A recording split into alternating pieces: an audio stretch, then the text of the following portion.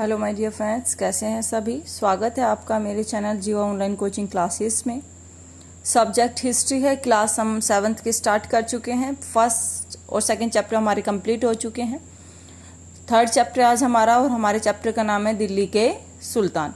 तो जिन्होंने फर्स्ट और सेकेंड वीडियो नहीं देखी है क्लास 7th की, प्लीज़ देखिए और वीडियो को कंप्लीट देखें। और जो मेरे चैनल पे नए हैं, प्लीज़ मेरे चैनल को सब्सक्राइब करें, वीडियो को लाइक करें और अपने फैमिली और फ्रेंड्स के साथ शेयर करें।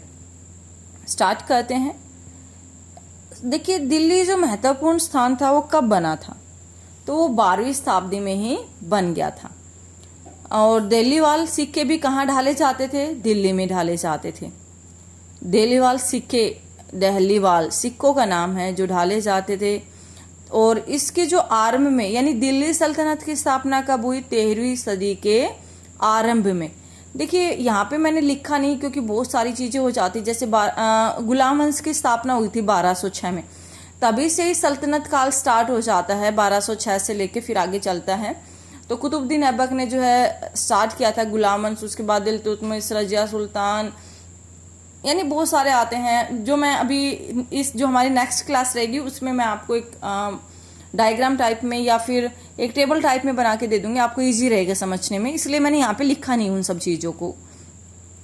नेक्स्ट आता है पांडुलिपि को तैयार करने के 4 ऑप्शन। देखिए, ये 4 तरीके हैं, 4 चरण हैं, तो ये सीक्वेंस में है, ये याद रखना। ये चारों तरीके सीक्वेंस में है। एग्जाम में कैसे आएगा, या तो इनको आगे पीछे दे देंगे, तो इनको सीक्वेंस में लगाना होता है। ऑप्शन जैसे आ ई करके ऐसे दे दिए, कै ख घ करके दे दिए, तो इनको अनुक्रम में लगाना। या फिर आपको कैसे दे देंगे, 3 ऑप्शन तो सही है, गलत दे दिया, तो इनमें से कौन सा जो है पांडुलिपि को तैयार करने का तरीका नहीं है। तो फर्स्ट है कागज तैयार करना। सबसे पहले आम सी आपको भी पता है कि सबसे पहले क्या किया जाता है, किसी भी चीज की तैयारी की जाती है तो कागज तैयार किया जाता है, फिर उस पर लेख लिखा जाता है, लेखन कार्य होता है। उसके बाद महत्वपूर्ण जो शब्द और अनुच्छेदों की ओर ध्यान आकर्षित करने के लिए सोने को पिघलाकर उसका प्रयोग किया जाता है। लास्ट में क्या की जाती है? जिल्द तैयार की जाती है। तो ये सीक्वेंस में है, ऐसे ही याद करने पड़ेंगे। जो दिल्ली के जो सुल्तान थे उनकी भाषा कौन सी थी, यानी वो जो लिखते थे, यानी जो अभिलेख स्मारक वगैरह जो होते थे, तो उन पे जो उनकी प्रशस्ति यानी जो यानी प्रशंसा के लिए जो प्रशंसा में जो लिखे जाते थे, ये शब्द हम पहले भी पढ़ चुके हैं। तो किस भाषा में लिखी जाती थी? फारसी भाषा में लिखी जाती थी। और शासकों को जन्मसिद्ध अधिकार और लिंग भेद पर आधारित आदर्श समाज व्यवस्था बनाए रखने की सलाह देते थे। इल्तुतमिश की बेटी कौन थी? रजिया सुल्तान। सिंहासन पर कब बैठी? 1236 ईस्वी में। डायरेक्ट क्वेश्चन आते हैं। और उसे क्योंकि देखिए, जब एक महिला शासक बनती है, महिला शासिका बनती है, तो ये बात जो है अमीर वर्ग को, वहाँ के जो राजकुमार वगैरह, तो उनको ये सब चीज़ें पसंद नहीं आती है। हालांकि वो अपने भाइयों में सबसे योग्य थी उस समय बैठने में, यानी राजगद्दी पर बैठने के लिए, लेकिन फिर भी लोग जो है इस बात को स्वीकार नहीं कर रहे थे कि एक महिला जो है राज सिंहासन पर बैठे, जिसके कारण उनको इनका कार्यकाल जो है लंबा नहीं होता, 4 वर्ष का रहता है लगभग। तो 1240 ईस्वी में इनको सिंहासन से हटा दिया जाता है। गैरिसन शहर क्या होता है? गैरिसन शहर होते हैं किलेबंद बसाओ जहां सैनिक रहते हैं। गैरिसन शहर कहाँ क्या होते हैं? किलेबंद जो बसाव होते हैं, रहने की जो जगह होती है, यानी सैनिक जहाँ पर रहते हैं वो किलेबंद होते हैं। मस्जिद के बारे में देखिए क्या है। नमाज के दौरान मुसलमान जो होते हैं मक्का की तरफ मुँह करके खड़े होते हैं। तो नमाज करते वक्त जो लोग हैं वो किस साइड मुँह करके खड़े होते हैं? मक्का की तरफ। भारत में मक्का किस तरफ पड़ता है? पश्चिम की तरफ पड़ता है। मक्का की ओर दिशा को क्या कहा जाता है? किबला कहा जाता है। तीनों इंपॉर्टेंट क्वेश्चन है। नमाज के दौरान मक्का की तरफ मुँह करके खड़े होते हैं। मक्का पश्चिम की ओर पड़ता है भारत में, और मक्का की ओर दिशा जो होती है उसको किबला कहा जाता है। दिल्ली की आरंभिक सुल्तान विशेषकर इल्तुतमिश सामंतों और जमींदारों के स्थान पर अपने विरोध गुलामों को, अपने जो विशेष जो गुलाम होते थे उनको नियुक्त करते थे। यानी क्वेश्चन क्या आता है? इल्तुतमिश जो है यानी दिल्ली के जो आरंभिक जो सुल्तान हैं उसमें सबसे मेन है इल्तुतमिश, जो अपने जो सामंत होते थे, जो जमींदार होते थे। सामंतों का मीनिंग पहले भी बताया था मैंने आपको।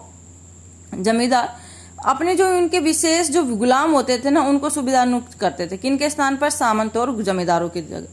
गुलामों को फारसी में क्या कहा गया है? बंदगा, तथा इन्हें सैनिक सेवा के लिए खरीदा जाता था। गुलामों को फारसी में क्या कहा जाता है?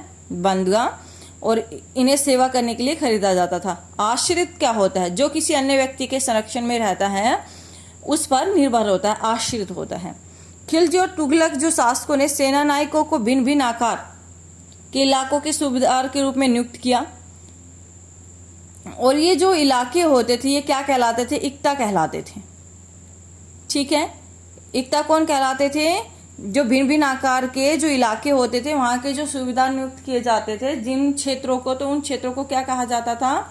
उन इलाकों को इक्ता कहा जाता था। और इनको संभालने वाले लोगों, जो इनको संभालते थे, उनको क्या कहा जाता था? उन अधिकारियों को इक्तादार या मुक्ति कहा जाता था। नेक्स्ट है, मुक्ति का फर्ज क्या होता था? देखिए, मुक्ति का फर्ज क्या होता था? मुक्ति यानी इक्तदार, यानी जो इक्ता को संभालते थे, यानी उसके अधिकारी होते थे। तो सैनिक अभियानों का नेतृत्व करना और अपने इक्तों में कानून व्यवस्था बनाए रखना, ये उनका काम होता था, फर्ज होता था। अलाउद्दीन खिलजी के समय कितने कर लगाए जाते थे? 3 तरह के कर लगाए जाते थे, कृषि पर, मवेशियों पर और घरों पर। कृषि पर जो कर लगाया जाता था उसको क्या कहा जाता था? खराज। क्वेश्चन ये भी हो सकता है खराज क्या होता है? तो खराज एक कर है जो कृषि पर लगाया जाता था, जो किसानों से जो उनकी उपज होती थी उसका 50% होता था। और 14वीं सदी में एक यात्री आया था, मोरक्को यात्री, क्या नाम है उसका? Ibn Battuta. रेहला नामक उसने पुस्तक लिखी थी। और मंगोल नेता कौन है? Genghis Khan. अब आता है कि अलाउद्दीन खिलजी, देखिए अलाउद्दीन खिलजी और जो मोहम्मद तुगलक थे, मंगोलों ने उस समय जो है आक्रमण कर दिया था, तो इन्होंने कैसे उस स्थिति से जो है काबू किया था? क्या क्या इन्होंने जो है मंगोलों के आक्रमण से बचने के लिए क्या क्या किए थे दोनों ने? तो दोनों का कुछ डिफरेंस है। देखिए, दिल्ली पर 2 बार हमले हुए जब अलाउद्दीन खिलजी था उस समय 1299-1300 में, 1299-1300 में, और दूसरा हुआ था 1302-1303 ईस्वी में। इस समय उसने एक स्थायी सेना खड़ी की थी। और इधर मोहम्मद बिन तुगलक ने भी क्या किया था? मंगोल के आक्रमणों को रोकने के लिए स्थायी सेना जो है तैयार करना एक आक्रामक, यानी बहुत जल्दी एक उठाया गया कदम था। दूसरा, सैनिकों के लिए सीरी नामक एक नया गैरिसन शहर बनाया। गैरिसन शहर किसने बसाया? जो अलाउद्दीन खिलजी था उसने, सीरी नामक एक नया। ठीक है, और इन्होंने क्या किया? मोहम्मद बिन तुगलक ने गैरिसन शहर के स्थान पर दिल्ली के 4 शहरों में सबसे पुराना शहर था दिल्ली, एक कोहना को खाली करवाया और वहां पर क्या बनवा दिया? वहां पर सैनिकों की छावनी बनवा दी। और जो पुराने निवासियों की जो यानी जो पुराने निवासी थे ना, उनको जो नई राजधानी बनाई थी उसने दौलताबाद वहां पर जो है शिफ्ट कर दिया था। और इधर अलाउद्दीन खिलजी ने सैनिकों का पेट भरने के लिए क्या किया? किसानों की जो पैदावार थी उसका 50% जो हिस्सा है कर के रूप में जो है बना दिया था कि इतना जो है किसानों को 50% जो है कर के रूप में देना पड़ेगा किसानों के लिए। जो लास्ट है, इसने नगद वेतन देना स्टार्ट किया था। और प्रशासनिक कदम काफ़ी, यानी जो अलाउद्दीन खिलजी ने जो कदम उठाए थे वो काफ़ी हद तक बहुत सही सफल रहे। और मंगोल जो आक्रमण थे उनके खतरों को भी जो है उन्होंने सफलतापूर्वक सामना किया। इधर अलाउद्दीन खिलजी ने क्या किया? सेना को खिलाने के लिए खाद्यान्न इकट्ठा करना स्टार्ट कर दिया और अतिरिक्त कर लगाना स्टार्ट कर दिया। लेकिन जब उसने कर लगाना स्टार्ट किया तो उस समय जो है अकाल पड़ गया था, तो लोग जो है सक्षम नहीं थे उस समय जो है वो सब चीज कर देने के लिए। तो इसलिए नगद वेतन के साथ कागजी मुद्रा की तरह टोकन सांकेतिक मुद्रा चलाई। उसने क्या किया? नगद वेतन के साथ साथ कागजी मुद्रा की एक टोकन सांकेतिक मुद्रा चलाई। और ये जो है सांकेतिक मुद्रा धातु के सिक्के के बने होते थे। ठीक है, साथ यानी जो अलाउद्दीन खिलजी ने जो कदम उठाए वो तो सफलतापूर्वक थे, यानी सफल हो गए। लेकिन जो इन्होंने उठाए थे इनके क्या हो गए? इनके जो है असफल रहे कदम। तो इन दोनों में जो ये है ये डिफरेंस है। इसके बाद 3 श्रेणियों का विचार सबसे पहले कहाँ पर आया? तो ये 11वीं शताब्दी के आरंभ में आया फ्रांस में।